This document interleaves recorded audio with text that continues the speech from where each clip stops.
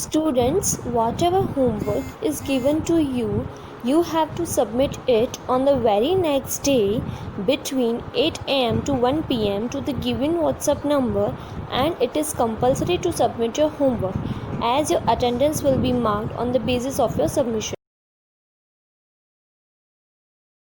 पाठ 2 अन्याय का विरोध। कुछ दिन पहले की बात है। मैंने अपने बच्चों की गवर्नेस जूलिया को अपने पढ़ने के कमरे में बुलाया और कहा, बैठो जूलिया, मैं तुम्हारी तनख्वाह का हिसाब करना चाहता हूं। मैंने कहा, तुम्हें पैसों की जरूरत होगी और जितना मैं तुम्हें अब तक जान सका हूं, मुझे लगता है तुम अपने आप कभी अपने पैसे नहीं मांगोगी, इसलिए मैं ही तुम्हें पैसे देना चाहता हूं। हाँ, तो तुम्हारी तनख्वाह 30 रूबल महीना तय हुई थी ना? जी नहीं, 40 रूबल। जूलिया ने दबे स्वर में कहा। नहीं, 30। मैंने डायरी में नोट कर रखा है। मैं बच्चों की शिक्षिका को हमेशा 30 रूबल महीना ही देता आया हूं।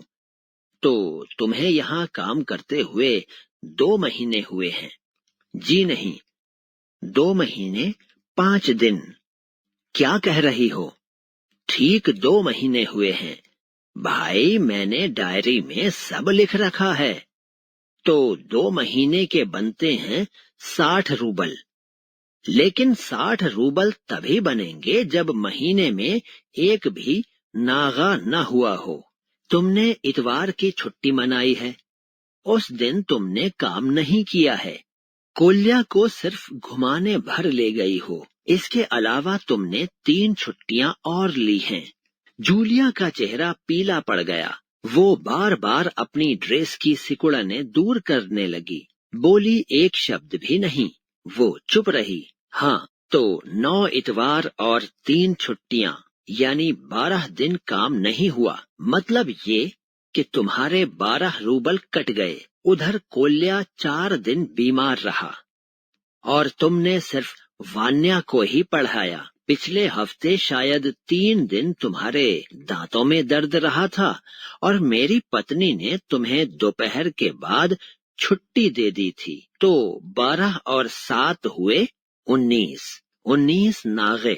हाँ, तो भाई घटाओ, 60 में से 19 कितने बचे? 41। 41 रूबल, ठीक है ना? जूलिया की आंखों में आंसू छलक आए। उसने धीरे से अपना गला साफ किया। बोली एक शब्द भी नहीं। हाँ, याद आया, मैंने डायरी देखते हुए कहा, 1 जनवरी को तुमने चाय की प्लेट और प्याली तोड़ी थी। प्याली बहुत कीमती थी, मगर मेरे भाग्य में तो हमेशा नुकसान उठाना ही बदा है। चलो, मैं उसके 2 ही रूबल और कम कर देता हूँ। अब देखो, उस दिन तुमने ध्यान नहीं रखा और तुम्हारी नजर बचाकर कोल्या पेड़ पर चढ़ गया और वहां खरोंच लगकर उसकी जैकेट फट गई। 10 रूबल उसके कट गए। इसी तरह तुम्हारी लापरवाही के कारण नौकरानी ने वान्या के जूते चुरा लिए। अब देखो भाई, तुम्हारा काम बच्चों की देखभाल करना है। तुम्हें इसी के तो पैसे मिलते हैं। तुम अपने काम में ढील दोगी तो पैसे कटेंगे या नहीं? मैं ठीक कह रहा हूँ ना? तो जूतों के लिए 5 रूबल और कट गए। और हाँ, 10 जनवरी को मैंने तुम्हें 10 रूबल दिए थे। जी नहीं, आपने मुझे कुछ नहीं दिया। जूलिया ने दबी जुबान से कहा। अरे, मैं क्या झूठ बोल रहा हूँ? मैं डायरी में हर चीज नोट कर लेता हूँ। तुम्हें यकीन न हो तो दिखाऊं डायरी? जी नहीं, आप कह रहे हैं तो आपने दिए ही होंगे। अश्रु भरे स्वर से उसने कहा। दिए होंगे नहीं, दिए हैं, मैंने कठोर स्वर में कहा। तो ठीक है, घटाओ 27। 41 में से बचे 14, ठीक है ना? उसकी आंखें आंसुओं से भर उठीं। उसके तमाम शरीर पर पसीना छलछला आया। कांपती आवाज में वो बोली, मुझे अभी तक एक ही बार कुछ पैसे मिले थे और वे भी आपकी पत्नी ने दिए थे, सिर्फ 3 रूबल। ठीक है, मैंने स्वर में आश्चर्य भरकर कहा, और इतनी बड़ी बात तुम्हारी मालकिन ने मुझे बताई तक नहीं? देखो, हो जाता ना अनर्थ। खैर, मैं इसे भी डायरी में नोट कर लेता हूँ। हाँ, तो 14 में वे 3 और घटा दो, बचते हैं 11 रूबल।